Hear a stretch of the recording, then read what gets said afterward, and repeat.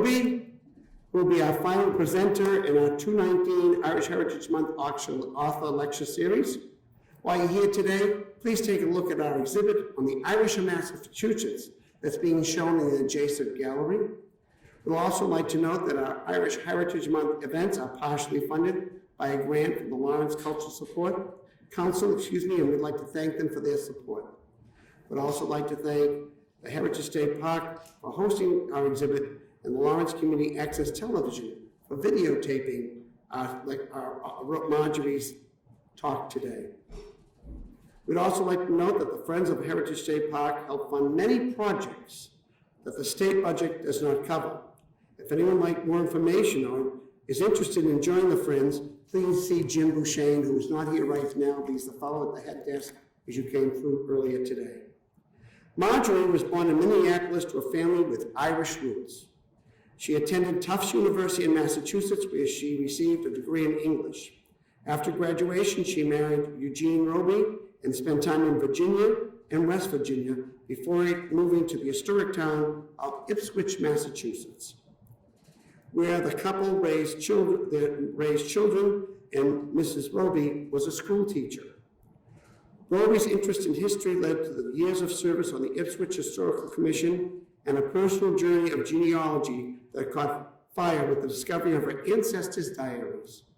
The diaries form the structure of two fascinating historical volumes, Dueling Place of the Dragons and the new Dueling Dragons, which is published in 2018. Mrs. Robie has discussed Irish history on national television in the United States and Ireland. She wrote the entry for James Harshaw in the Dictionary of Irish Bibliography and had a weekly column on Irish history in the New Democrat in Northern Ireland. She's a sought-after speaker on Irish history, ancestral research, and an eternal clash of politics and religion. It's my pleasure to introduce Marjorie Robie, who's our author lecture today. Marjorie, thank you. Let's move the chair here. What's the best for you? You wouldn't be able to see me. Well, I'll just move whatever works. I don't know if we can move that over there. I'll sway back and forth or something. All right, we'll try, and if not, we'll move it, work as it goes. Hello, everybody. Thanks for coming on this very Irish kind of day. It seems to be, whenever I speak, this is the kind of day the weather forecasters deliver to me. So I wanted to thank you for coming and thank my family for being here. I've never spoken to this many of my family before, and it's very daunting, I must say. So, no booing, please. All right. This isn't going to work out as well as I had planned, because I want to start by, first off, I want to thank the Ancient Order of Hibernians for setting this up, and I do not hold them responsible for the weather. Now, before I start my actual remarks, I want to do a bit of a quiz, which isn't going to work out as well because some of these people are ringers. But I always ask about the people in Irish history that the audience knows, and I know you have great interest in Irish history. So if you know these people, raise your hands, all right? First one, Daniel O'Connell. Okay, good. You can tell the ones that are not the family. All right, the second one is William Smith O'Brien. No, striking out. All right, the third one is John Mitchell. Good. All right, the fourth one is Charles Stewart Parnell. Right, good. You're doing fine. All right, and the last one is John Martin. You can tell who the family is because they've heard me talk about it a long time. Anyway, I'm going to focus today on John Martin. I sort of look at myself as speaking for him because he's been dead for a rather long period of time. He was very instrumental in changing my life. I never heard of John Martin either before my great Irish adventure. I hope after this afternoon you will never forget him. We share a love and pride in our Irish heritage. Though my name doesn't sound Irish, Harshaw, not very Irish, all the people on my family tree were part of the Irish diaspora at one time or another. I didn't know this before I decided to explore my family history. During my search, I stumbled upon 3 connected Irishmen who lived during the critical years of the 19th century and who wrote accounts of their lives in Ireland, accounts of the history they experienced. They weren't rich or powerful. They were ordinary men, probably much like most of your Irish ancestors. So their experiences were probably very much like those that were familiar to your ancestors, that were very like what your grandparents might have written. I knew what I had found was too important to leave buried in newspapers and libraries. I would have to do something I never intended to do, write an Irish history that would revive these long silent voices. These men lived in the southeastern part of Ulster, in or near the town of Newry, at the end of Carlingford Lough. The town was founded in 1100, so it is one of the old towns of Ireland. The first of these writers I discovered was an ordinary Irish farmer, living on his leased land, trying to support his typically large family. He was a cousin of mine, James Harshaw. He kept a daily diary for several decades of the 19th century. My search for these diaries led me on this incredible journey. In his diaries, James wrote often about his nephew, John Martin, whom I had never heard of. John lived across the lane from James, and his designated path in life was to be a landlord and farmer, very typical. However, that wasn't how his life turned out. The horrors of the famine drove many desperate Irish laborers to the pitiful refuge of government workhouses, to the coffin ships that transported the young and brave to America or Canada, perhaps some of them your grandparents. The famine drove John Martin to take an unintended path to political leadership. During his decades of political action, John wrote many letters, which recipients treasured enough to save. He gave many speeches which were recorded in newspapers. So I had found a second writer. Both James Harshaw and John Martin were Presbyterians, but they also joined their Catholic neighbors in support of Irish independence. I recognized that if I were to write a proper narrative of this critical time in Irish history, I would need to find someone who was a loyalist, supporting the Act of Union. Incredibly, I found just such a third writer, George Henderson, a friend of John Martin's, who was the editor of the major conservative newspaper in the area, the Newry Commercial Telegraph. He was a skilled writer and as passionately in support of the union with England as John was for Irish independence. George made this very clear in the editorials he wrote for each edition of the paper. I now had the proper sources for a full account of this part of Irish history, written as history happened. So I wrote the first book, Dueling Dragons. It began in the year 1830 when John was still a teenager. Something very special happened in that year that no one had ever heard of before. The leaders of the contending religions in Newry held a special meeting to declare religious peace.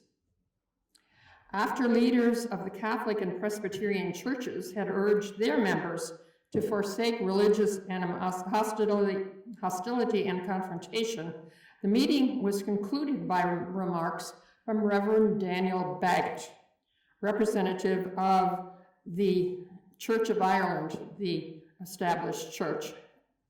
In his remarks, he made clear the thinking that fostered the insurmountable divisions between supposedly religious Irishmen.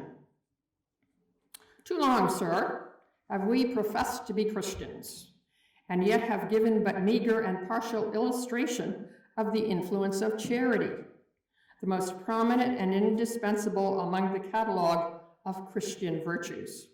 Too long, sir, have we been accustomed to regard it as a narrow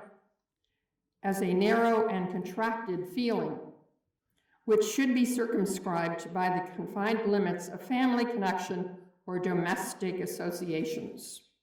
Whereas real, genuine Christian charity, like the sun, which sends down its splendor for the guidance of men, without reference to creed or color, is a feeling which cannot be restricted to any confined or partial development.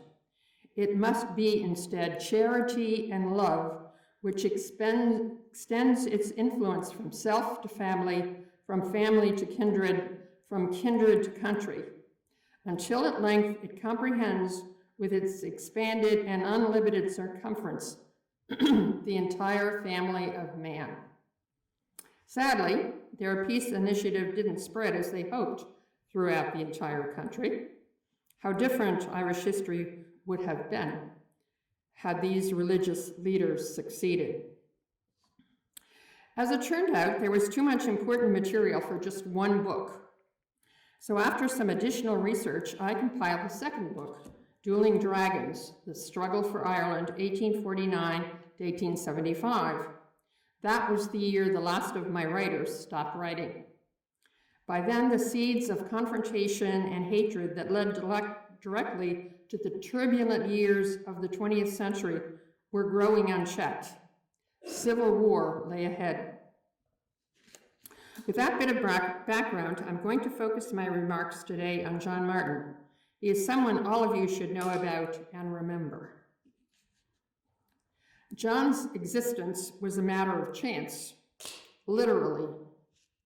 The Martins lived just across the lane from the Harshaws in the townland of Loughorn in County Down. The family consisted of 3 brothers, John, Robert, and Samuel. The brothers had worked hard all their lives to acquire property.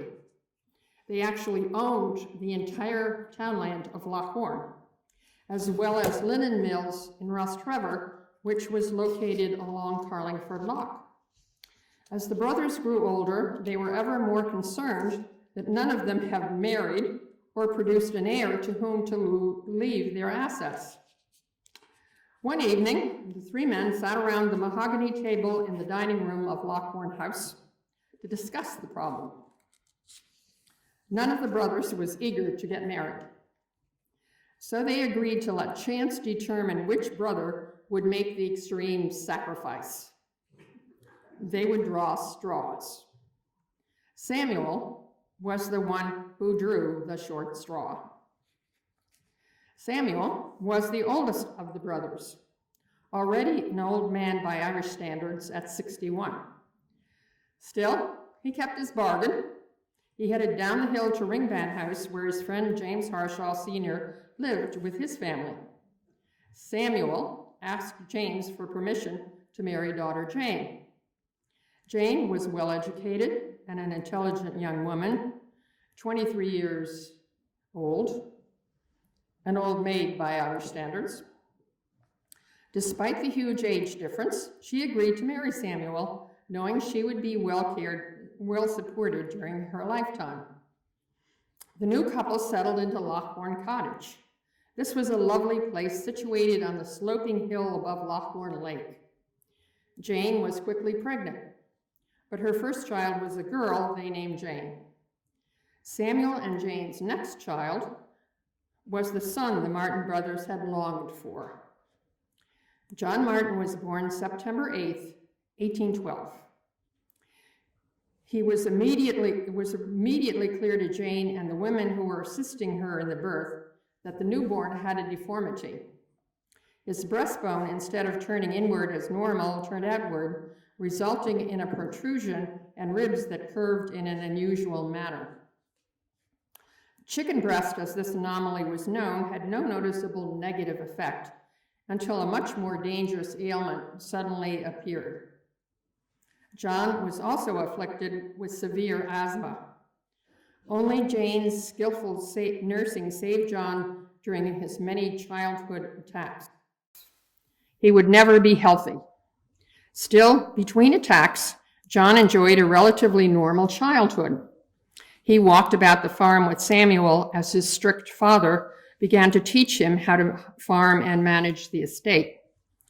He enjoyed playing with the neighboring children when he could escape from his father's supervision and his mother's school lessons. He enjoyed being big brother to a succession of younger siblings. Jane did much more than produce the desired heir. She also had 6 other children, 3 more sons, James, David, and Robert, plus 3 more daughters, Mary, Elizabeth, and Anna, who was born just a year before Samuel died at age 81, leaving Jane a young widow to raise the children. When John was old enough, he walked across the fields to enter the glebe school, which was run by St. Bartholomew Church, the local Church of Ireland church. This was an integrated school, attended by more Catholic and Presbyterian boys than those who attended the sponsoring church. When John completed the educational opportunities provided in this one-room school, his parents enrolled him as a boarding student in Dr. Henderson's classical school, where the sons of Newry's prominent citizens were prepared for Trinity College in Dublin. There he discovered that he wasn't bothered by outbreaks of asthma. However, when he returned home to visit on weekends, an attack immediately followed, leaving him ill until he returned to school on Monday. It was at Dr. Henderson's school that John met George Henderson, who would edit the local paper, and his lifelong friend, John Mitchell, whom you have heard about. John was an excellent student, earning honors in many subjects before he entered Trinity College as the next-term student, attending only long enough to get his assignments and to sit for examinations. Kind of different situation. After he finished his basic degree, John moved to Dublin, where his health was much improved and where he could study medicine. He had no intention of being a practicing doctor, but he had wanted to learn enough to provide some medical aid to his poor neighbors who sickened and died without any medical care at all. His formal studies ended in 1835 when his Uncle John died, and he was called home to Lochorn to manage the farms on the family townland. He was a much-loved landlord, helping his tenants where he could, holding dances in his barn. Whenever he left his new home in Lochorn House, the local children clustered around him, knowing that he was likely to have candy in his pocket to give them. Never once did he eject a tenant. After a failed attempt to become a banker, friend John Mitchell returned to Newry to study law. For several years, the friends lived close to each other and spent many happy hours at Lochorn, where John got to know Mitchell's wife, Jenny, and his children. John's interest in politics grew when Mitchell suddenly accepted an offer to become a writer for a new newspaper in Dublin, The Nation. Occasionally, John would travel to Dublin to visit the Mitchells and meet Mitchell's new politically active friends, who were strong supporters of the Repeal Association, which had been founded by the Irish Catholic leader, Daniel O'Connell. John enjoyed the long hours of conversations that took place during these gatherings, but he took no political actions himself, staying close to his obligations at home. That changed in 1844 when the British government decided to arrest O'Connell and some of John's other friends for speeches O'Connell made that they did not like. The government carefully picked a jury of enemies, as they did in this sort of political trial, and were able to get convictions. O'Connell was sentenced to serve time in Richmond prison. John was a strong supporter of justice and freedom of the speech. This treatment of O'Connell seemed a perfect example of gross miscarriage of justice and suppression of free speech. So John joined the Repeal Association. Mitchell reported this news to their mutual friend Charles Gavin Duffy, editor of The Nation, who had been convicted with O'Connell for publishing his offensive speech. Some joined from patriotic motives, some from party ones, some from high and some from shaky ones. But if there be a single member of the association that has joined it for the pure love of justice and of his native land, that one is John Martin. Love of justice and love of Ireland were indeed the principles that propelled John to leave his quiet rural life and become a political leader. He soon became active in the part of the association that O'Connell dubbed the Young Islanders. When O'Connell was released following several months in prison, he was already suffering increasingly severe physical problems. More and more frequently, he remained in his home and left the management of the association to his favorite son, John. John O'Connell was a particularly bad substitute. He had an unpleasant personality and a dislike of any challenge to his power. The Young Islanders seemed to be the most likely threat, and he quickly moved to force them to leave the association. He mandated a change to the original rules that all members had agreed to when they joined.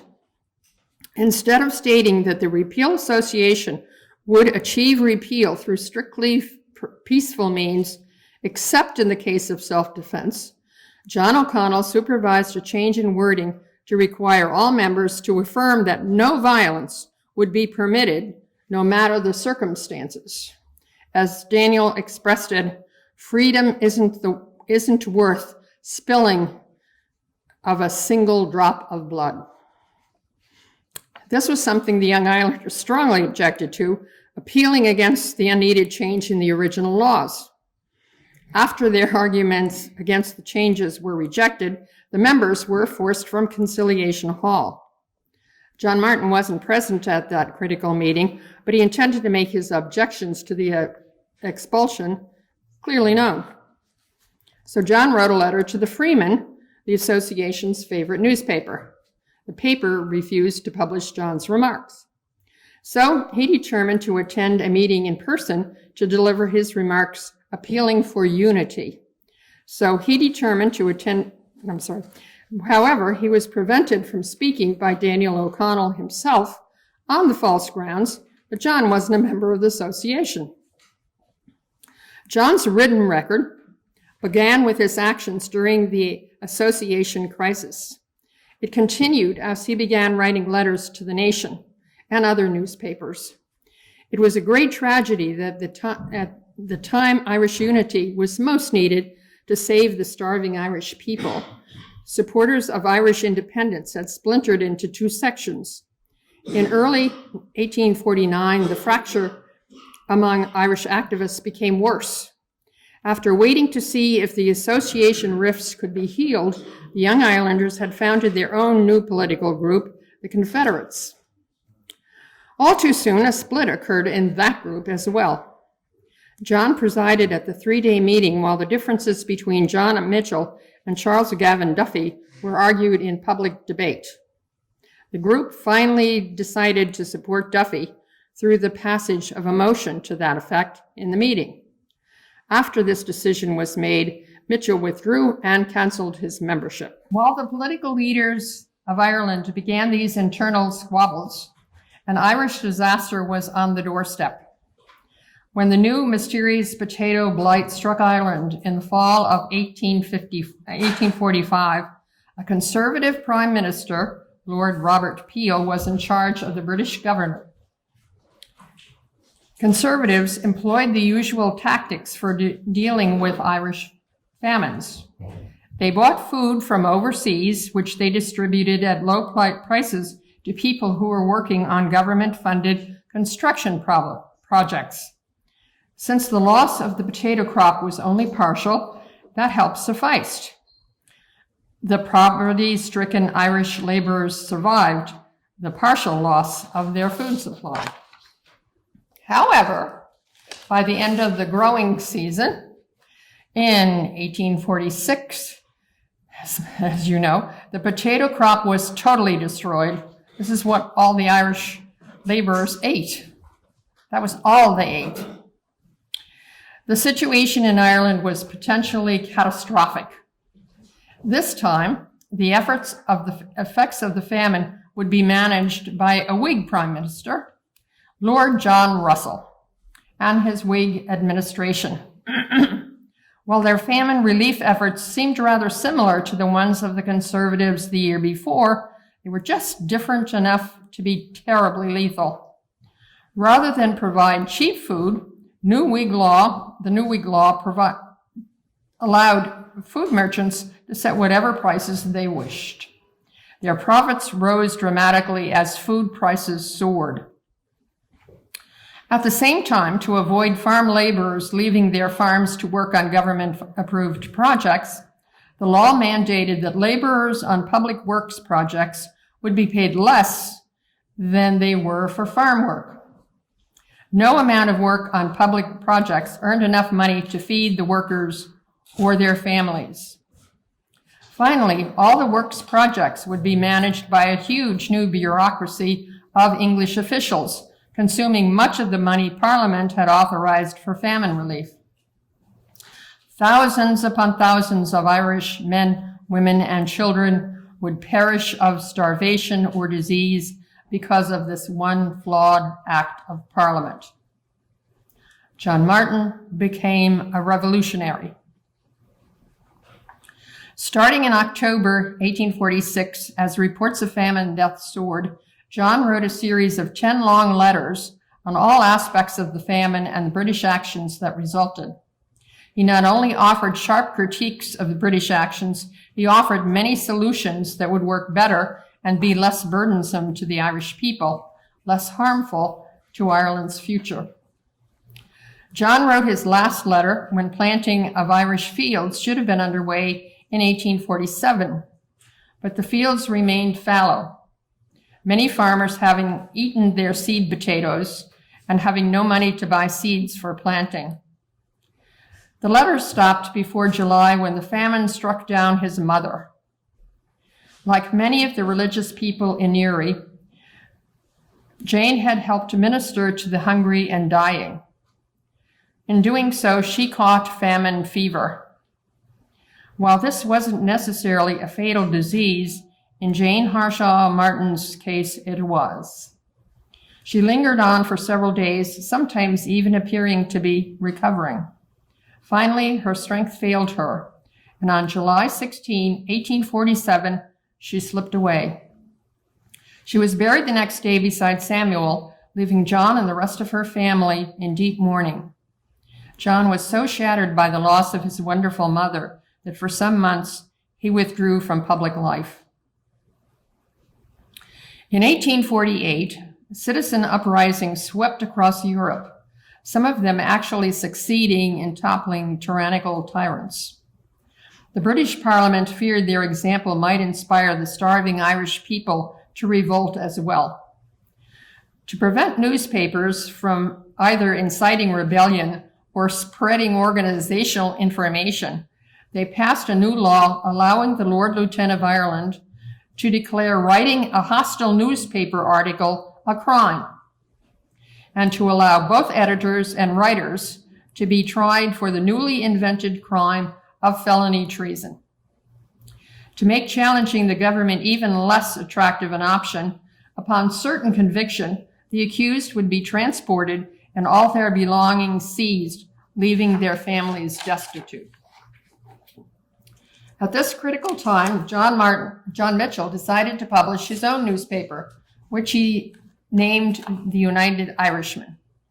John Martin helped pay for the expenses needed to establish Mitchell's newspaper. John Mitchell's fiery words made him the first selected victim of the new law. After publishing just 2 editions of his weekly paper, he was arrested. John Martin took over management of the paper and produced 3 more editions. Clearly, the government intended to employ all their tactics to secure Mitchell's conviction, including packing the jury with Mitchell's enemies. John wrote a letter of protest over the practice of jury packing for political trials, a letter which he published in Mitchell's paper. A man may be done to death by dagger, gunshot, or poison. He may be slain by open midday assault or by secret assassination, unaware, may be set upon by an armed multitude or waylaid in the dark. But of all known methods of compassing an enemy's death, the most solemn, grave, and constitutional, the most base, treacherous, and cowardly is murder by jury. This is one of the many forms of murder, and the very foulest, by which the British government has maintained itself in Ireland. Many murders of this revolting kind have taken place in Ireland, and the method has now become one of our venerable institutions, and is called murder by jury.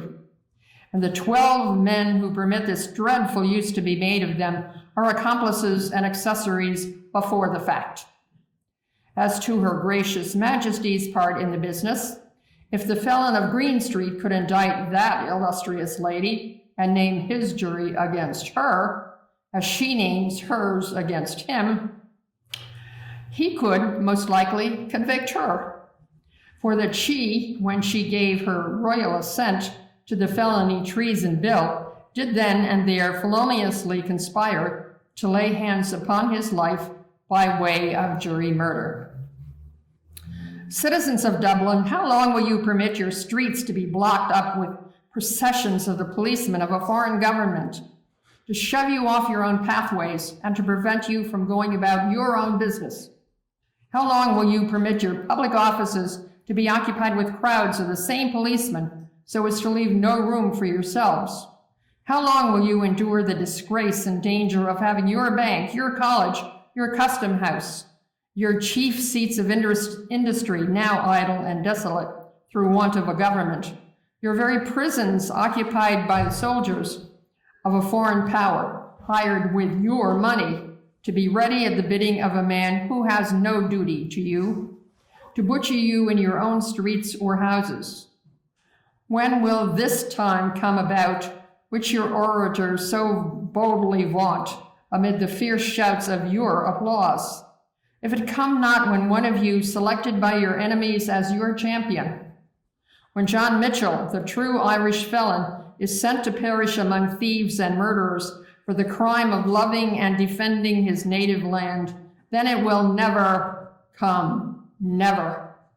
If the people of Ireland tamely suffer this last atrocity of tyranny, no opportunity, no organization, no foreign aid, nothing less than a miracle of heaven will free them. With a certainty of conviction looming, John made an impassioned appeal to Smith O'Brien and other Confederate leaders to call out their Dublin supporters to rise and free Mitchell. If John had succeeded in instigating rebellion, fighting would break out all around Dublin. If John wasn't killed during the fighting, he would most assuredly be executed for inciting the revolution, should Dublin be controlled by English soldiers again. Sadly, John was unable to sway with Smith O'Brien from his conviction that the rising should wait until the harvest was in, and O'Brien prevailed. So Mitchell was convicted and immediately shipped off to the prison hulks in Bermuda. The revolution that waited until fall was an embarrassing failure. John was greatly distressed by the failure to challenge his associates to the revolution, but he didn't intend to wait for future developments. Despite knowing what the result would be, John began printing his own newspaper to fill the void after Mitchell's paper was shut down. He named it The Irish Felon to honor the unjust treatment of his friend. John made his purpose clear in the first edition of his paper. I do not love political agitation for its own sake. At best, I regard it as a necessary evil. And if I were not convinced that my countrymen are determined on vindicating their rights, and that they really intend to free themselves, I would at once withdraw from the struggle and leave my native land forever. Not that I have any sympathy with the cant, sometimes uttered even by repealers, that the Irish people are unfit or not yet fit for freedom, because, forsooth, we exhibit faults of national character proper to an enslaved people. No, if we are ofttimes boastful, suspicious, selfish, cowardly, leader-ridden, there is the more urgent need for national independence to cure us of these slave vices. To talk of a people fitting themselves for freedom while in a state of slavery is no less silly than to talk of people fitting themselves for slavery while in a state of freedom. The way for enslaved people to fit themselves for freedom is to assume freedom. John published 2 editions of The Irish Felon before government forces came for him. John also was arrested and put in prison. However, he continued publishing the paper for 3 more weeks, writing editorials that were smuggled out of Newgate prison. One of them was a letter written to the Irish people. It was his last letter and became the basis for his conviction. It was a passionate appeal of a revolutionary to his fellow Irishmen to resist a new British coercion law, allowing the confiscation of all guns hidden away by ordinary Irishmen, guns that would be critical in any revolt. I address you, it may be, for the last time. While yet I have the means and opportunity of communicating with you, let me offer you my advice as to the position you ought to take with regard to the proclamations directed against you and against Ireland by the foreign tyrants. My advice is, shortly, that you stand to your arms. Stand to your arms. Attack no man or men. Offend no man or men. Offer forgiveness and peace and brotherhood to all your countrymen, even to those of the foreign faction. Be calm and patient with the very officials of the English tyranny, but stand to your arms, defend your lives, vindicate your rights as man and the rights of our dear native land. Oh, as you have the spirit of men to revolt against our country's shame and slavery, the hearts of men to feel our people's misery, as you love justice and hate oppression, as you love and fear the God of whose righteous decrees British rule in Ireland is a dire violation, stand firm and yield not an inch of ground to the threats and rage of our alarmed tyrants.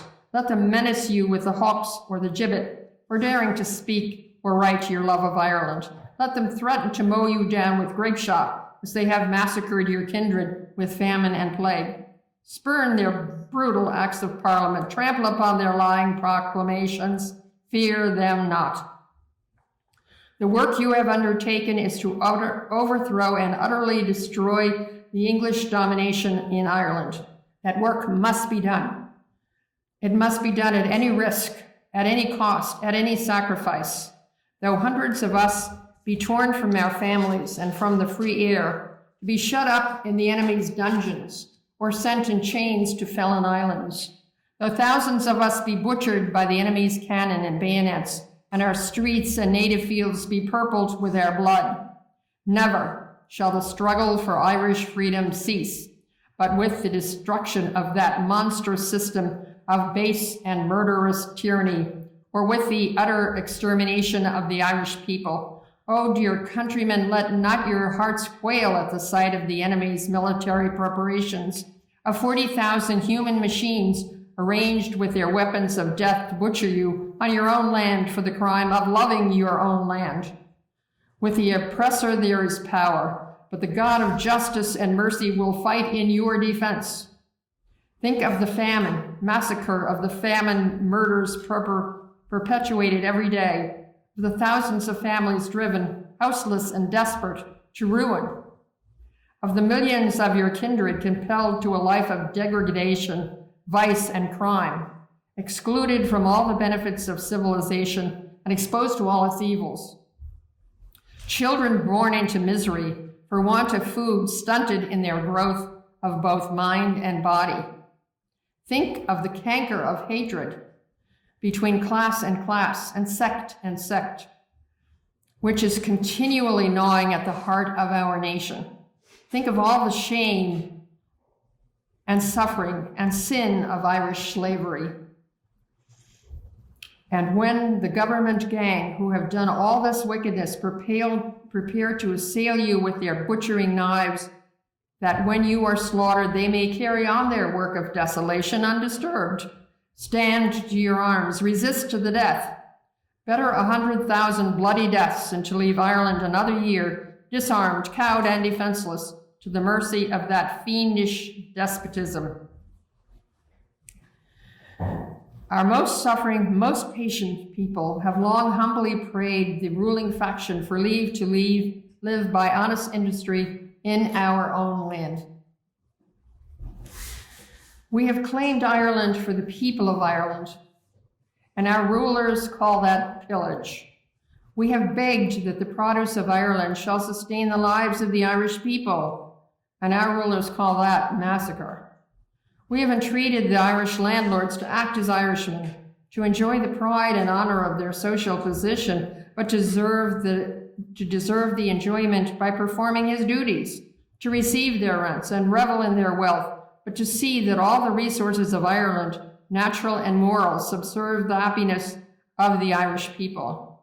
And most of our landlords accuse us of robbery, for, say they, we are English. We have no part with the Irish. Ireland for the Irish excludes us.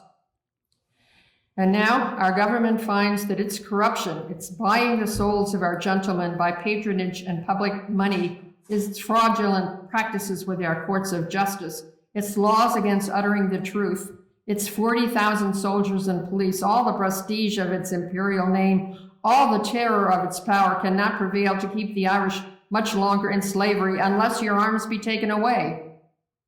Therefore, dear countrymen, as you love Ireland, stand to your arms. When John stood in the dock at Green Street Courthouse, he was standing in the same place Mitchell had stood. He faced the same kind of jury of carefully selected enemies. He expected to be convicted of the same crime, felony treason, as he certainly intended to hold the government in disrepute. And indeed, though there were some hiccups along the way, the government secured his conviction. Before sentencing, John spoke to the judge. After stating his disdain for a trial without a jury of his peers, he offered his motivation for writing the article on which he was convicted. I am not guilty of the charge according to this act. I did not intend or advise to levy war against the Queen or depose the Queen. The article of mine on which the jury framed their verdict of guilty, which was written in prison and published in the last number of my paper, what I desired was this: to advise and encourage my countrymen to keep their arms, because that is their inalienable right, which no act of Parliament, no proclamation can take away from them. It is, I repeat, their inalienable right. I advise them to keep their arms, and further, I advise them to use their arms in their own defense against all assailants, even assailants that might come to attack them unconstitutionally and improperly using the Queen's name as their sanction. My object in all my proceedings has been simply to assist in establishing the national independence of Ireland for the benefit of all the people of Ireland, noblemen, clergymen, judges, professional men, in fact, all Irishmen. I have sought that object first because I thought it was our right, because I think national independence is the right of the people of this country. And secondly, I admit that being a man who loved retirement, I never would have engaged in politics did I not think it was necessary to do all in my power to make an end of the horrible scenes that this country presents, the pauperism and starvation and crime and vice and hatred of all classes against one another. I thought there should be an end to that horrible system, which, while it lasted, gave me no peace of mind, for I could not enjoy anything in my native country so long as I saw my countrymen forced to be vicious, forced to hate each other, and degraded to the level of paupers and brutes. That is the reason I engaged in politics. I acknowledge, as the Attorney General has said, that I was but a weak assailant of English power. I'm not a good writer. I am no orator. I had only 2 weeks' experience in conducting a newspaper until I was put in jail. But I'm satisfied to direct the attention of my countrymen to everything I have written and said, and to rest my character on a fair and candid examination of what I have put forward as my opinions. I shall say nothing in vindication of my motives but this, that every fair and honest man, no matter how prejudiced he may be, if he calmly considers what I have written and said, will be satisfied that my motives were pure and honorable. I have nothing more to say. John was sentenced to 10 years transportation. The first part of the seemingly endless decade was spent in Van Diemen's Land, an island south of Australia. Bothwell, to which John was assigned, was a small town in the Highlands. It was a breathtakingly beautiful place and very beneficial to his health. Still, John was frequently depressed. He was nearing 40 years of age when he was sentenced and believed that his usefulness to Irish independence had already passed in total failure. His depression persisted in Paris, where he settled when he was allowed to leave Van Diemen's Land. A family tragedy forced John to return to Ireland to stay after 10 years away. He didn't yet realize that many years of service to Ireland lay ahead. Soon after John returned to Ireland, he became aware of secret political activity in Ireland. A new revolution was stirring. The Fenians, I'm sure you've heard of those, were secretly forming small cells through meetings in country cottages and remote crossroads. The goal of this new organization was to prepare a secret armed organization ready to rise against English control at the instigation of their leaders. John was sure this revolution would be as disastrous for Ireland because the situation between England and Ireland had greatly changed. The revolutionary fervor of 1848 had greatly diminished. Now Ireland was crisscrossed with railroads that would allow rapid movement of English troops. England had perfected its use of spies. Finally, the leader of this new organization was James Stephens, a person John knew well. John believed Stephens' character traits, anger, arrogance, and disorganization, made him a poor leader. He was sure that when the new revolutionary effort failed, it would deprive Ireland of another generation of its best leaders. Furthermore, he believed that the growth of democracy in England was inconsistent with English domination in Ireland. If the Irish could only unify to petition England for independence, England would grant it without revolution. John's political friends urged him to create just such a unified group. People of all political persuasions, including the Fenians, were welcome. His idea for national action was simple. It would follow the pattern of O'Connell's Repeal Association and the Young Islanders' Irish Confederation. All across Ireland, patriots should rally to support this organization that had only one objective: obtaining of self-government, consisting of all Irishmen who say that they desire self-government. To help achieve this goal, the Irish National League would reach out to the governments of other countries with clear explanations of Irish issues in order to gain international support. Finally, it would prepare Ireland to act when action for independence might be successful. John had no illusions about the difficult task he was undertaking. The negative effects of British actions on Irish population had created a major obstacle for united action.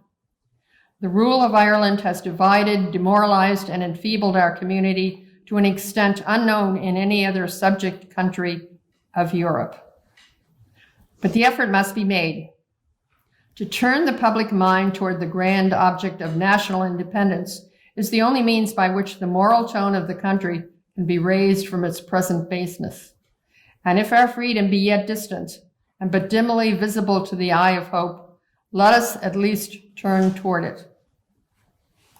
While John was creating his Irish National League, the Fenians felt sufficiently bold to go public, to create their own newspaper, The Irish People.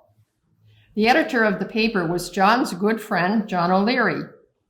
However, O'Leary wasted no time in launching attacks on John's efforts. We fear, however hardened the confession may cause us to appear, that we shall never go over to the views of the amiable gentleman. However, in return to his advice to the people, we shall presume to offer him a little advice. It is thus agreeing with him, in one opinion at least, which his exquisite modesty never lets him slip an opportunity of putting before the world, namely that he is both an indifferent speaker and writer, we would suggest to him the propriety of devoting himself henceforth to that retirement, for which his amiability so benefits him. In a word, he should write and speak no more. John didn't follow O'Leary's advice. He continued to struggle to make the Irish National League the unifying force he desired. Sadly, the help that his friends had promised never materialized. After 2 years of struggle, John had to admit defeat. However, as a final insult, Fenians attended the final League meeting and pelted John with rotten eggs. Despite the disrespect the Fenians had always showered upon him, John mourned when the Fenian Uprising was the sad failure he had predicted. Despite the Fenians' cruel personal attacks on him, John wouldn't stand on the sidelines when the British arrested Fenians in Manchester and charged them with the murder of an English policeman. 3 of the accused were hanged on the top of the prison wall for all to see. This was another gross carriage of justice in John's eyes. John immediately organized a protest in the form of a mock funeral in Dublin to honor the 3 Fenian victims, the Manchester Martyrs. Despite severe winter weather, not like ours, the tribute in Dublin was very successful. Empty coffins for each man were buried in Glasnevin Cemetery. John spoke to the mourners. These 3 men whose memories we are here today to honor were not murderers. These men were pious men, virtuous men who feared God and loved their country. They sorrowed for the sorrows of the dear old native land of their love. They wished to save her, and for that love and for that wish, they were doomed to an ignominious death at the hands of the British hangman. It was as Irish patriots that these 3 men were doomed to death, and it was as Irish patriots that they met their death. You will join with me here in speaking the prayer of the 3 martyrs whom we mourn. God save Ireland. At first, the government had agreed that the funeral that John proposed to conduct was legal. However, after its scope and success became obvious, they reversed their judgment and declared the funeral illegal. John was arrested again, returning to the place he had been tried 2 decades earlier. Because of John's love of justice, he had again put his life at risk. This time, John was allowed out on bail awaiting his trial. This time, he decided to defend himself. Gentlemen, this prosecution against me is part of a scheme of the ministers of the Crown for suppressing all voices of protest against the Union, for suppressing all public complaint against the deadly results of the Union, and all advocacy by act, speech, or writing for the repeal of the Union. I consider it to be my duty as a patriotic and loyal citizen to endeavor by all honorable means to procure repeal of the Act of Union and the restoration of the independent Irish government of which my country was by fraud and force deprived 67 years ago, ever since this country was thereby rendered the subject instead of the sister of England. He concluded his defense with these words: in this country, it is not the law that must rule a loyal citizen's conduct, but the caprice of the English ministers. For myself, I acknowledge that I submit to such a system of government unwillingly and with compliant hope for a restoration of the reign of law. but I do submit.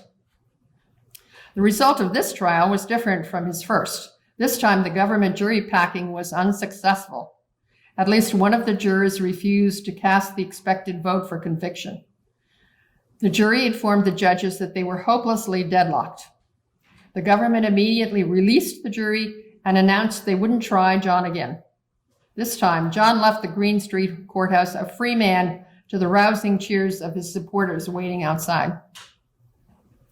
Having escaped a new sentence, John took an action that was unexpected by his family and friends. In the fall of 1868, John married John Mitchell's sister, Henrietta. John had known Henty, as she was called, since she was born.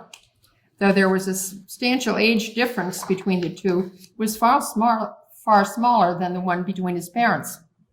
This marriage was very beneficial for John. Henty encouraged him to continue his political activities and made sure that he husbanded his strength to make the most of his remaining years. In 1869, John and Henty took a trip to America to visit Mitchell in Brooklyn and his sister Jane in Canada. While the newlyweds were away, two important events took place in Ireland. First, a number of John's friends put his name up for a special by-election to Parliament in Longford. John lost in what was later determined to be the most corrupt election in Irish history. Catholic priests spoke against John from their pulpits, telling parishioners that if they supported this venal Presbyterian, they would go directly to hell. Such rampant lies spoken from the pulpit may have won the Longford election, but it turned many members of the Catholic laity against any directions from priests on civil matters. This revolt had a profound effect on a future election. The second critical step for John's future took place in the halls of Parliament. The British government passed yet another coercion law to control the Irish people. This time they dealt with their fear of public opinion in a different way. Instead of relying on packed juries for political trials, they decided to give the Lord Lieutenant the power to decide when any speech or writing was dangerous and to arrest the offender. There would be no trial this time. The accused would be sent to prison for up to 2 years without a hearing of any kind. John thought that he would again be in danger, as he had no intention of keeping quiet, since he was now a leader in the Home Rule movement. While he much preferred independence, he felt that Home Rule might be an acceptable transition and the best they could achieve in the given circumstances. So John decided he might avoid arrest for his outspoken activism if he were a member of Parliament. The next opportunity for a seat came late in 1869 when the member for Meath was elevated to the House of Lords. Local voters came to meet John in Dublin, and after some hesitation, John agreed to their plea to stand for this largely Catholic constituency. Though the opposition had been at work for some weeks and the voting was to take place in just a few days, John insisted on 2 conditions. He had no money to donate for the election, and he demanded that the election should be totally fair and open one. There would be no bribery, no free drinks, no rampaging mobs of bludgeon men. That was the way Irish elections were usually conducted. So I'll just interrupt with a little story, which I absolutely love. This election, John Martin was playing by one set of rules, but the opposition was playing by the usual ones. And so they his opposition hired a nice group of bludgeon men from Dublin who would like nothing better than to acquire a bit of pay and some drink and some fun knocking heads of opposition leaders. So they were hired and they got on the train in Dublin to go out to Meath for their appearances. The conductor of the train didn't really like the looks of these folks and could figure out what they were up to. So he tried to get them to leave the train. They were not about to give up a day's pleasure and profit, and so they refused. So the conductor quietly eased everybody out of the last car of the train where they were sitting. So pretty soon before the train left, there was nobody on the last train but the bludgeon men. So their whistle tooted and the train moved, but the last car didn't go anyway. As the conductor had decoupled the train.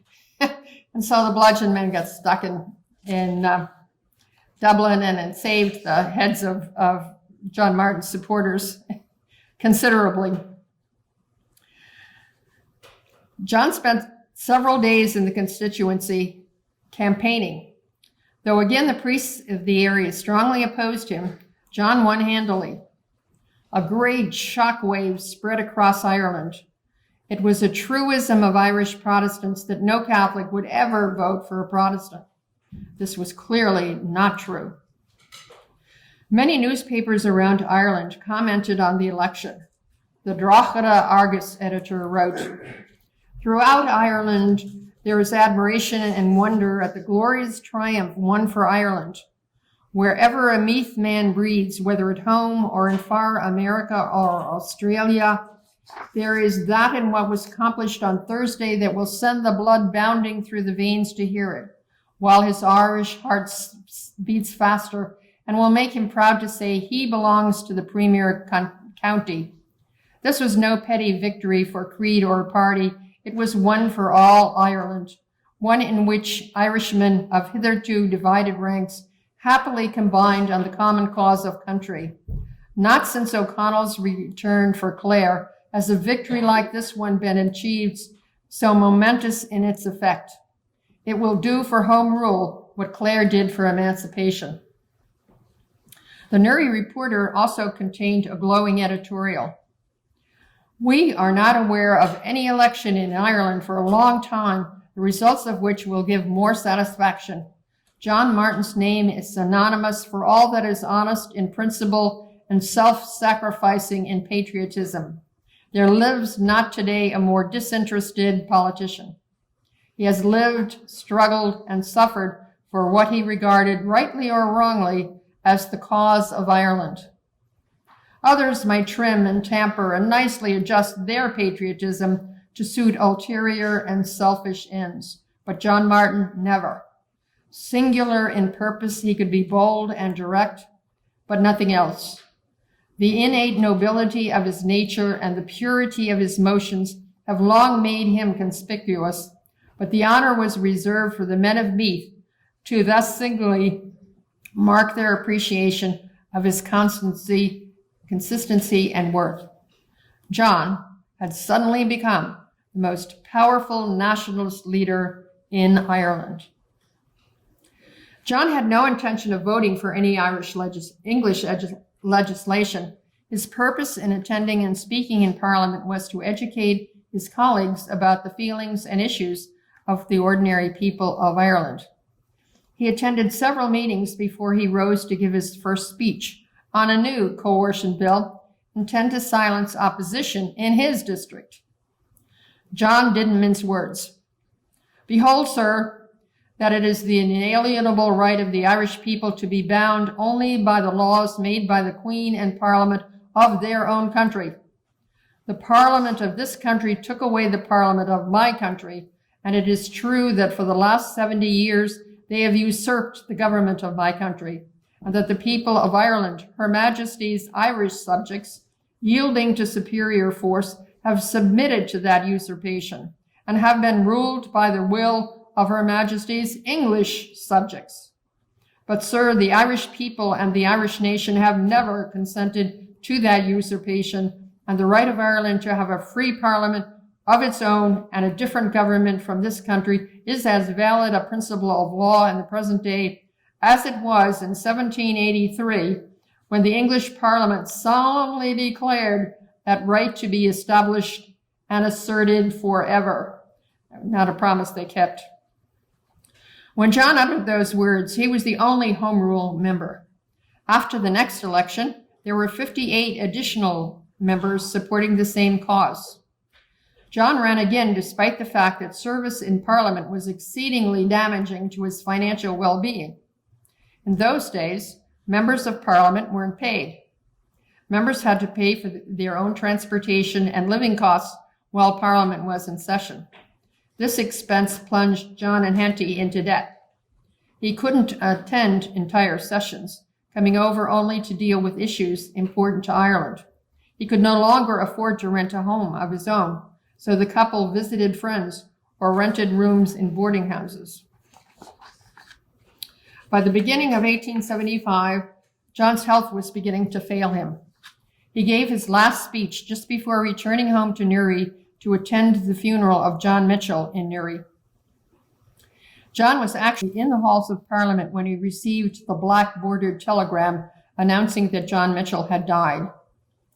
He hurried home to assist in funeral preparations.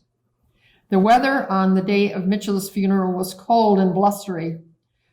Partway through the ceremony, John collapsed. Friends hurried him back to his carriage and back to Henty at Drumlane House. At first, there were hopes that John would recover from this attack as he had so many times before. But despite Henty's care, his strength continued to weaken.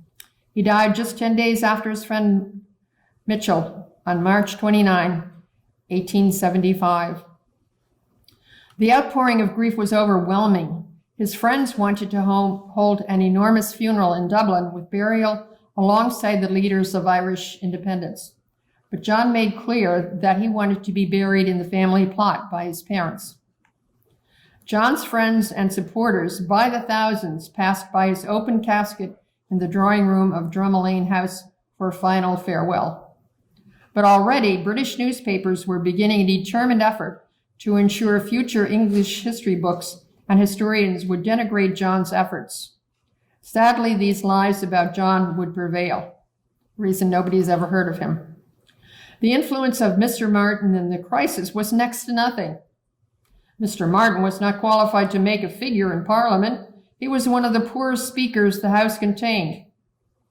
He lacked a high order of intellect or wide or varied store of information.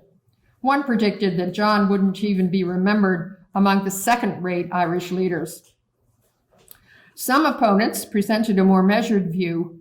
The obituary that occurred in the Newry Telegraph refuted the prevailing English view.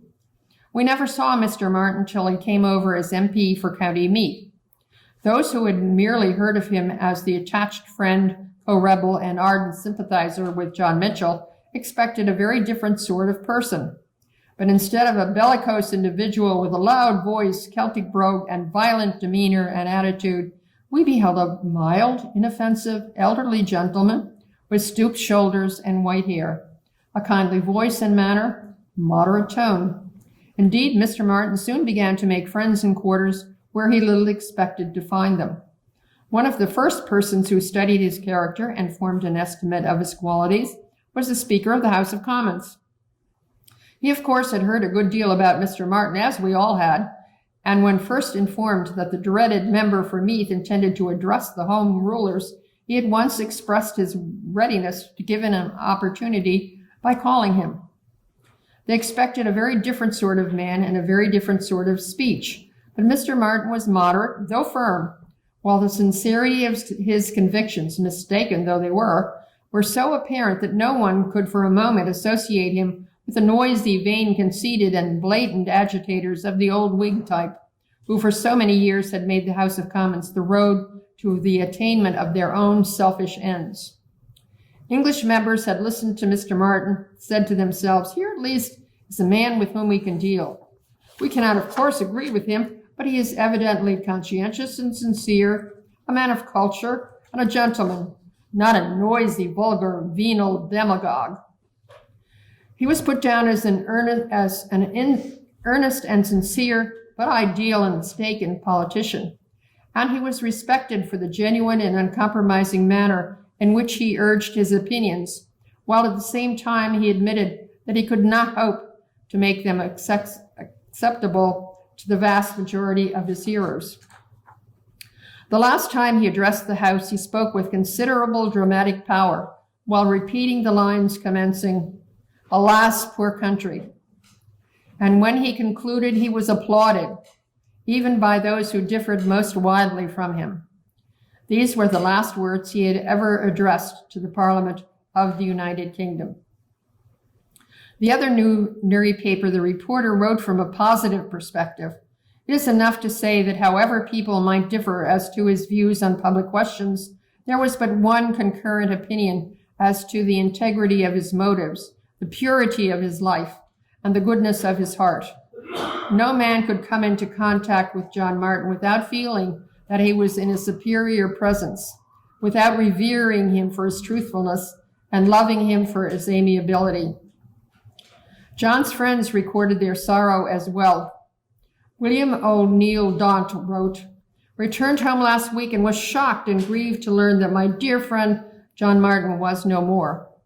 He was taken ill while attending the funeral of Mitchell near Newry and never rallied. His death is a very serious loss to the Home Rulers, to whom his high character, his intelligence, and his great information on political subjects were of the highest advantage. A purer, more unselfish patriot never lived. Himself an earnest Presbyterian, he had a generous and loving confidence in his Catholic countrymen. His enemies reproached him with the indiscretion of his conduct in 1848. The truth is that he, like Smith O'Brien, was driven to madness by the horrid spectacle of multitudes perishing of famine, when the plentiful food their labor had provided was swept out of the country by the operation of the accursed Union. And now the pure, noble spirit of our dear and revered friend has passed to its final account. May he rest in peace." The editor of The Nation, A.M. Sullivan, wrote a long tribute in his paper, each column bordered in black. "In John Martin, we mourn the truest, the purest, the most chivalrous, and the best of all the patriot band whose names are in the hearts of our people, and whose fame is the heritage of their country. Yet, while his patient fidelity, his earnestness, his utter unselfishness, his gentleness, his courage, and his zeal are remembered, the name of John Martin will stand second in the estimation of his countrymen to few of the patriot leaders, soldiers or statesmen, orators or poets. How pure, how tender, how noble in all its impulses that heart which ceased to beat last Monday. The present is not the time when we could tell. We can barely realize the fact that it throbs no more. Ever since the day when John Mitchell stood in the dock at Green Street, John Martin has borne so prominent a part in Irish politics that we can scarcely conceive his place unfilled. Many of his associates of 48, when the hopes that inspired them had perished and the effort of the hour was over, retired despondent and disappointed from the cheerless arena, washed their hands of Irish public life, and left the country and cause to drift without guidance or assistance. It was not so with John Martin. His love of country was too fervent and deep-seated to be affected by failure or disappointment. His sympathy with his countrymen was too ardent and generous to be neutralized by private interest. When the years of exile occasioned by his outspoken advocacy of the rights of Irishmen were over, he returned unconquered and unconquerable to the service of his country, giving to her cause the same patient earnestness, the same high sense of public duty, the same lofty instincts and indomitable spirit that had previously marked him out for government vengeance. Whoever might waver and falter, John Martin altered not. The storm of government persecution was not the only ordeal through which he was fated to pass. If he had the consolations, he also had the penalties of consistency. But public neglect and ingratitude, however much they might grieve his gentle nature, could not turn him from his course. The mists dissolved. The storms passed over. And John Martin was found standing where he stood. And then, when at length justice was done to his character and his labors, when gallant Meath rushed in a joyful procession, green as the leaves of the forest, to place his names on the parliamentary roll, how little was he altered by the change. The applause of his countrymen was, indeed, dear to his ears. He loved the cries of welcome, the demonstrations of reverence and affection that greeted him wherever he turned. And yet, sooner than deviate one hair's breadth from what he conceived to be the line of duty and rectitude, he would see all that popularity pass away, just as to the same sense of right he had sacrificed years before his prospects, his home, and his liberty. And right well did his countrymen learn to appreciate that chivalrous love of principle. Never anywhere was there a leader in whose probity and rectitude greater confidence was reposed. His name alone was a sufficient guarantee for the character of any movement or undertaking. Whoever else might be imposed upon, honest John Martin could not be tampered with, and the ranks that he marched in could never stray. Thus it was that his spotless character and unswerving honesty came to be honored in Ireland.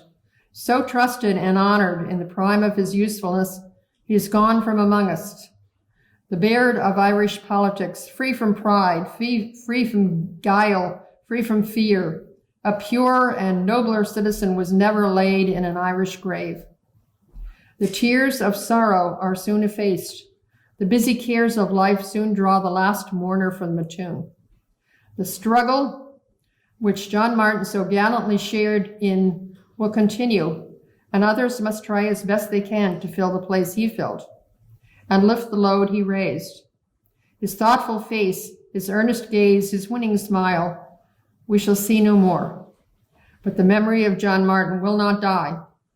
By all his country's wishes blessed, his name will be spoken and his life and labors praised while the Irish race has a survivor. The reputation of such men as he is not the property of a generation or of a century, nor has he ended his service with his life. It is at the tombs of great men, say a recent writer, that succeeding generations kindle the lamp of patriotism. And he is right. There is a sense in which we cannot say the dead are dead or change to us, although they change. Through many a future year, the lessons of John Martin's life will bear golden fruit. And from his quiet grave in Newry, that clear, persuasive voice will ring upon the ears of his countrymen, exhorting them to the completion of the work to which the life of the dead patriot was devoted. The funeral procession was one of the largest ever held in Ireland. Mourners trailed behind the hearse for a mile. The space beside the church was jammed with mourners who spilled into the road beside the church and up the hillside beyond. The eulogy was offered by Reverend John Elliott, who was the minister of the Donegal Presbyterian Church. The grave never closed over a man whose private virtues were of a higher order than those of John Martin. As a son, as the oldest brother in a very large family, as a father, more than a father, when death took away both parents, and threw a houseful of helpless orphans on his care. No wonder there is bitter sorrow among the poor and aged and infirm in Loughbourne today, for they have lost such a friend as is found only now and again at long intervals. The world knew nothing of Mr. Martin's charities. He seemed to tremble lest the right hand should know what the left was doing. When the ear heard him, then it blessed him, because he delivered the poor that cried, and the fatherless, and him that had none to help him. The blessing of him that was ready to perish came upon him, and he caused the widow's heart to sing for joy. He was a father to the poor, and the cause which he knew not he searched out. As the landed proprietor, Ireland can name none better, very few equal.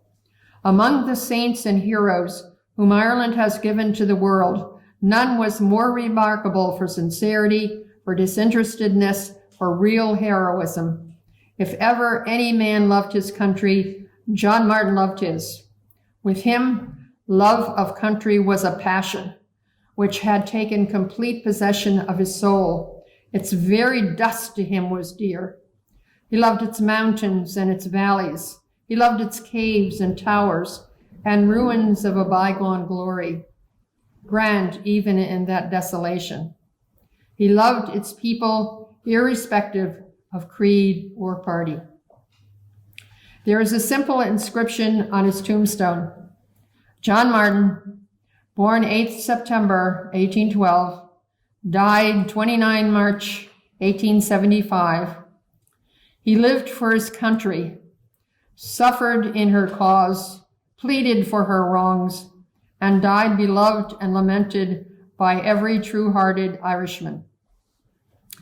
I hope my histories will rescue John Martin from the oblivion to which English propaganda has consigned him. May his example of patriotism and public service provide a model for political leaders today. I hope you will remember this man and put him with some of the most important of Irish political leaders. And I want to thank you for coming, braving the Irish weather. If you have any questions, I will happily answer them. How did you become aware of these diaries? How did you get your hands on them? You want to go that through? I'll give you the short story. Sure. When I started doing family history, I went hunting for information. And there was a book published in Ireland that talked about these diaries. Okay. And we had a copy of it in my house. And I thought it was kind of neat because it mentioned my grandfather's name in it. I didn't. So when I went to do Irish history, I went hunting for the diaries. My dear family gave my husband and I a trip to Ireland in 1992, and I expected that I would find the diaries in Ireland. However, before I left, my son Steve sent me his old computer, and I copied out a form letter and sent it off to Harshaw's that we found in the phone book. I wanted to know if any of them knew anything about the diaries. Nobody did, which didn't surprise me. So we're getting ready to go to Ireland, just a few weeks away, and phone rang one evening. I picked it up, strange voice on the other end. She said, "My name is Karen Hickey. You don't know me, but I'm a cousin. I live in Keokuk, Iowa. I have the Harshaw diaries. I can guarantee you I never would have hunted for the Harshaw diaries that were from County Down, Ireland, in Keokuk, Iowa. But ultimately I got them. We had film made of them. I donated, they're 6 large volumes. I mean, these are not, your little teeny things. These are big, and there are 6 of them. And so I took them back to Ireland, and they're in the Public Record Office in Belfast now. But that was the start of it, the whole thing. So you never know when you get a little nosy what it is you're going to find out. Our author last week has written a book on the Indian invasion of Canada. And there are some people in Lawrence who were in Manchester at the time of the Manchester Martyrs. One of the most famous was Captain Timothy Casey and others. And he was involved in that. They escaped back to America. But the point is, there was always a belief that he had taken part in the invasion of Canada, which we found out last week was untrue, not necessarily true. So it's interesting you brought that up and talk today about. Some of the Fenians did try to invade Canada. 1967, yeah. And there was a split in Ireland at that time. That's why it was probably not successful.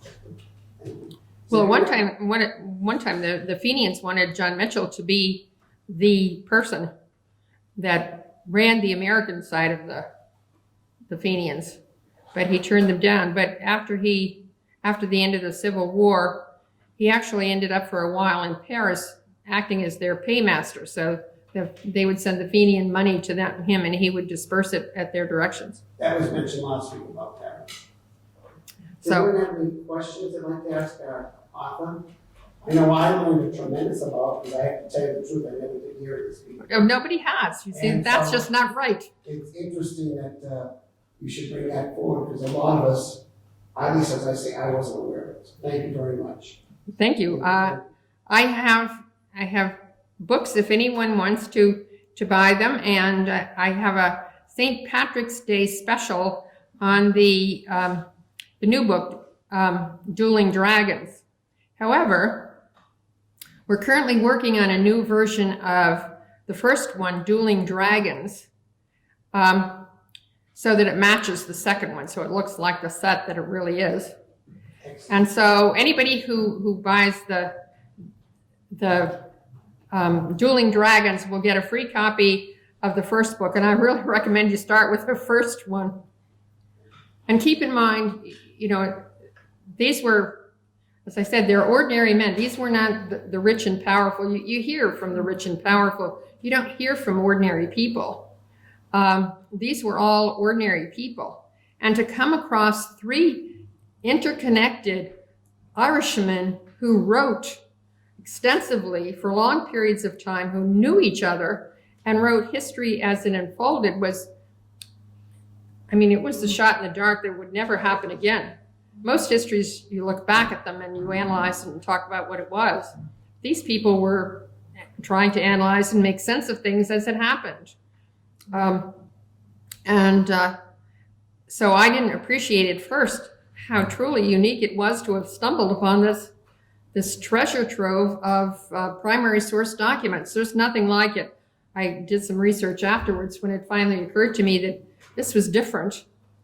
And there's no such thing like it. It's a totally unique approach to Irish history. And because these are people who wrote a long time ago, their language, it flows better when you speak it than when you read it. So it's in small sections. It's the kind of thing you have to take your time with and read a section and go back and maybe reread it and so forth to get the whole gist of what it is they're talking about. But there's great stuff in there. There are murders in there, and there's rampant, there's bigamy and all sorts of things. It's real life. Yeah, this is what was going on in Ireland, you know, and so I'll just tell you one funny little story about James Harshaw that was in the diaries. He was responsible for a lot of workmen, and as the Irish have been occasionally known to over-imbibe, there was a problem in Newry because there's a canal going right through the middle of Newry, and it has no guardrails. So if you got a tad tipsy along the banks, you might fall in. And drunks frequently did that, and with fatal results. So anyway, one of James Harshaw's neighbors fell victim to such a fate. And so James wrote in his diary about, he stopped all of the work on his farm and he sent all of his laborers into Newry to help drag the canal to try to find Samuel Jordan's body, without success. And so some weeks passed, and there was a report in the paper. A man standing watch on one of the boats in the harbor had heard his dog barking. So he followed the dog around the side of the ship where the dog was, and he jumped into the water. He put his head on the top of a body was floating in the canal. So here was Samuel Jordan. He was standing up, like he was standing up in the water. So then James Harshaw had to hurry home because he had to get the body in the ground really quickly. But there's lots of stories about that, people getting waylaid and on the side of the road because of sectarian violence, and so it's a close account of everything that was going on, and because in this part of Ireland, Catholics and Protestants were mixed. Everything happened here. There were parts of Ireland and southwest part of Ireland, which is pretty much Catholic territory, and they seldom ran into too many Protestants. But here everybody was together and mixed together. And that's part of the reason why there's always been so much fighting and bloodshed and so forth. And why Brexit is such an issue today, because they never resolved the problems between the northern part of Ulster and in Ulster and the rest of Ireland. So rather than do the sensible thing back in the early 1900s, they split the country. And so now, what do? When I first went there, the troubles were going on full tilt. 2 of James Harshaw's descendants were killed during the troubles. And thank you for the question. I have 2 things. It's a pleasure to hear you mention townlands, because my father's side, maternal side, I've been doing the genealogy and tracing back that his mom's side came from Menagolan. From where? Menagolan, which are townlands north of Killybegs. So we went over on a visit, and we went into Donegal town. Yes. And we went to the, this is a funny, really. We went into the visitors center. Well, he went in with our son. Laura and I schlepped up the hill with the luggage to the hotel. But anyway, he came following along after me. And he goes, honey, the girl said there's nothing there. I said, where? And he goes, Menagolan. I didn't know that. So I went back down and I said, but I need a map. I want to know how to get there. She carried on for at least 5 minutes. But there's nothing there. You know, being Americans, they think you're going to demand the restaurants, the museums, the beautiful hotels. No, I know it was just townlands that they found. We got up there, an old gentleman told us how to find the ruins, and we did. Never heard phone box before in my life. What the hell is he talking about, phone box? You have to find the locals because they know.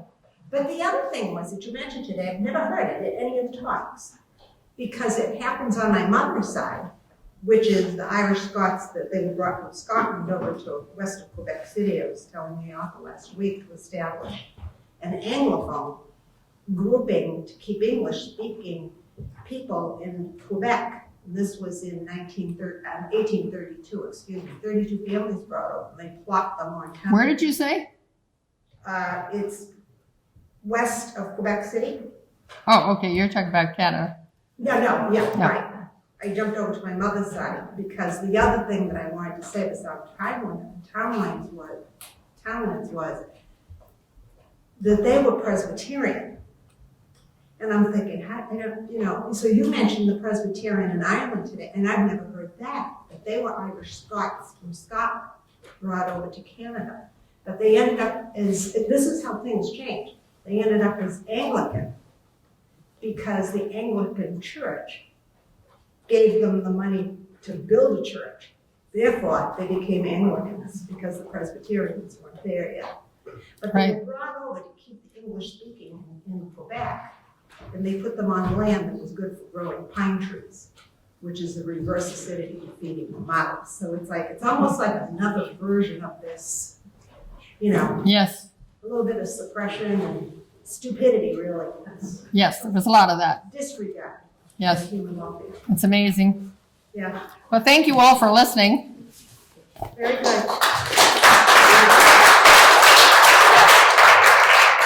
And how much is your, Pardon? how much is the book? Will you autograph the book? You autograph the book? Sure. And what is the cost so people know? $20 for the pair. All right, $20 a nice, only $10 each, we'll get that way. So if you're interested, please buy some. We want to thank you again for coming. There are refreshments here. Please take whatever you'd like. Take them home if you'd like. It can be your dessert tonight, walking those cookies. Please see our exhibit if you haven't already. We want to mention we have several more cultural events coming up. Next Saturday here we have our Irish Film Festival starting at 10 o'clock. And on 2 weeks from today, the 24th, we have a concert at the Lawrence Public Library Auditorium on Lawrence Street. And you're all invited. All those events are for you. Thank you very much for coming. Lovely. Great day. Thank you.